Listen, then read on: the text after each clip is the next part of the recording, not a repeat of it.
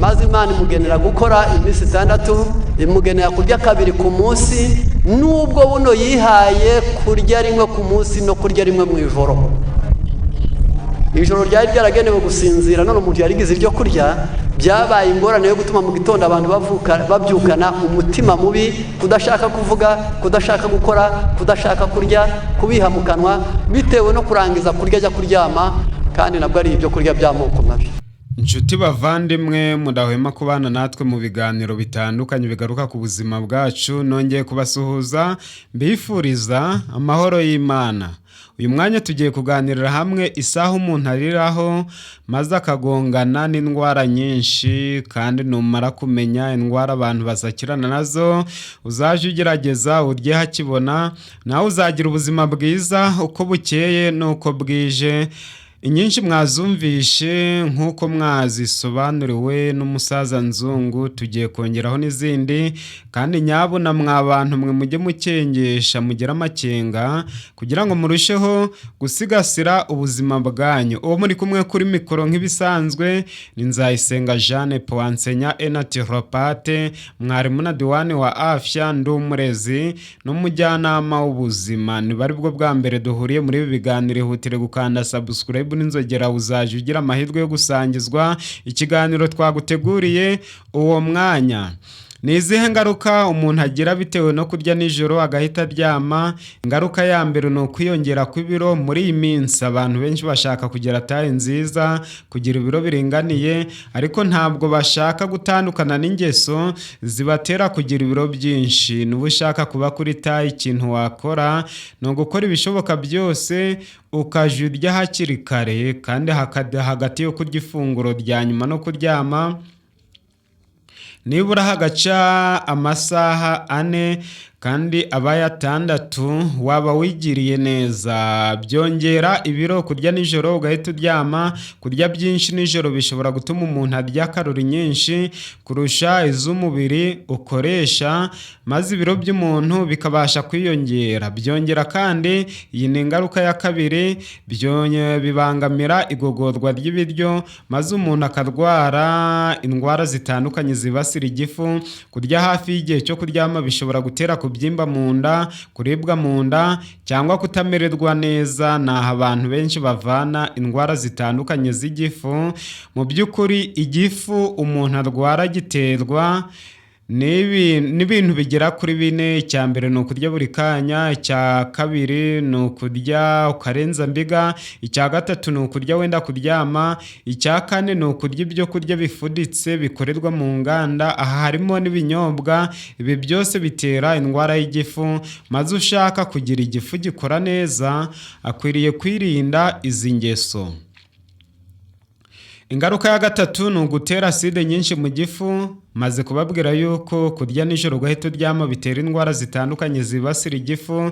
Noneho mu ndwara zibasira igifu harimo na aside nyinshi mu gifu, icyo bita acid reflux. Kurya ugahita uryama bishobora gutuma aside yo mu gifu izamuka ikagera mu muhogo, bigatera kuribwa mu gatuza cyangwa gushya mu gatuza. Hari abantu benshi bambwira yuko bafite ibibazo byo gushya mu gatuza cyangwa kuribwa mu gatuza. Ushobora gusanga babiterwa no kurya nijoro bagahita baryama. Niba bashaka gutandukana nabyo, ikintu bakora ni ukwirinda iyi ngeso yo kurya buri kanya, kurya ukarenza mbiga, no kurya nijoro ugahita uryama. Iyo abantu bamaze gucika kuri izi ngeso nibwo babasha kugubwa neza. Ingaruka ya 4 ni ukubangamira ibitotsi. Ntabwo warya nijoro ngo uhite uryama maze ngo ubashe gusinzira neza, never. Ntabwo bishoboka. Iyo umuntu ashaka gusinzira neza, hagati y'ifunguro rya nyuma no kuryama haba hakwiriye guca amasaha ari hejuru ya 5 cyangwa ari hejuru ya 4. Abaye 5 cyangwa 6 byaba ari akarusho. Abahanga bavuga yuko ifunguro riremereye rya nijoro rishobora gutuma umuntu ataryama neza cyangwa agakunda kubyuka kenshi, icyo bita kurara uri gusura ijoro cyangwa kurara uri gushikagurika, kandi byongeye kandi nubwo wagira ibitotsi ntabwo ubasha kubyukana imbaraga.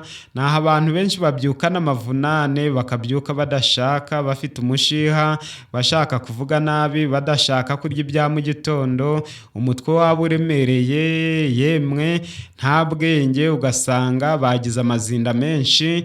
Niyo bizi ikintu muri iki gitondo ntabwo babasha gufata mu mutwe.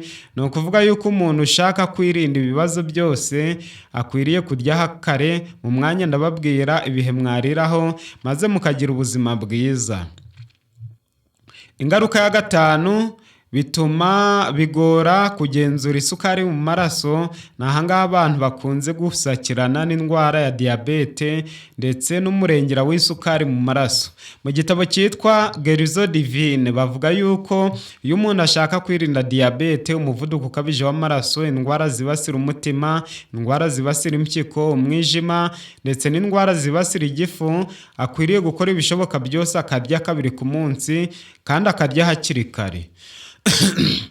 Akarya hakiri kare. Mu mwanya ndababwira amasaha mwaje muryaho. Abahanga bavuga yuko kurya byinshi cyane nijoro, cyane cyane birimo isukari n'ibinyampeke bitunganyijwe, bishobora gutuma isukari yo mu maraso izamuka cyane, maze umuntu akagongana n'ingorane nyinshi cyangwa n'indwara nyinshi.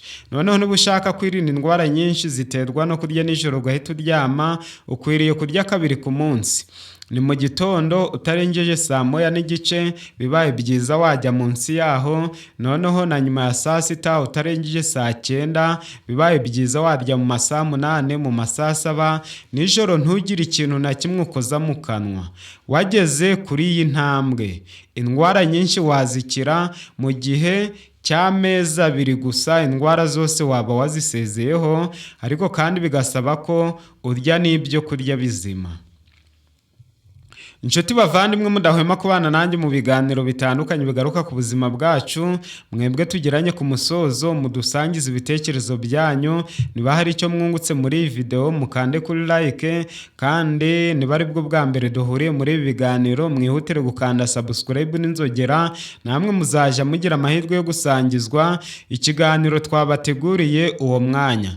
Iyi video kandi muyisangize bagenzi banyu kugira ngo mubashe kubagoboka mu buryo bwiza.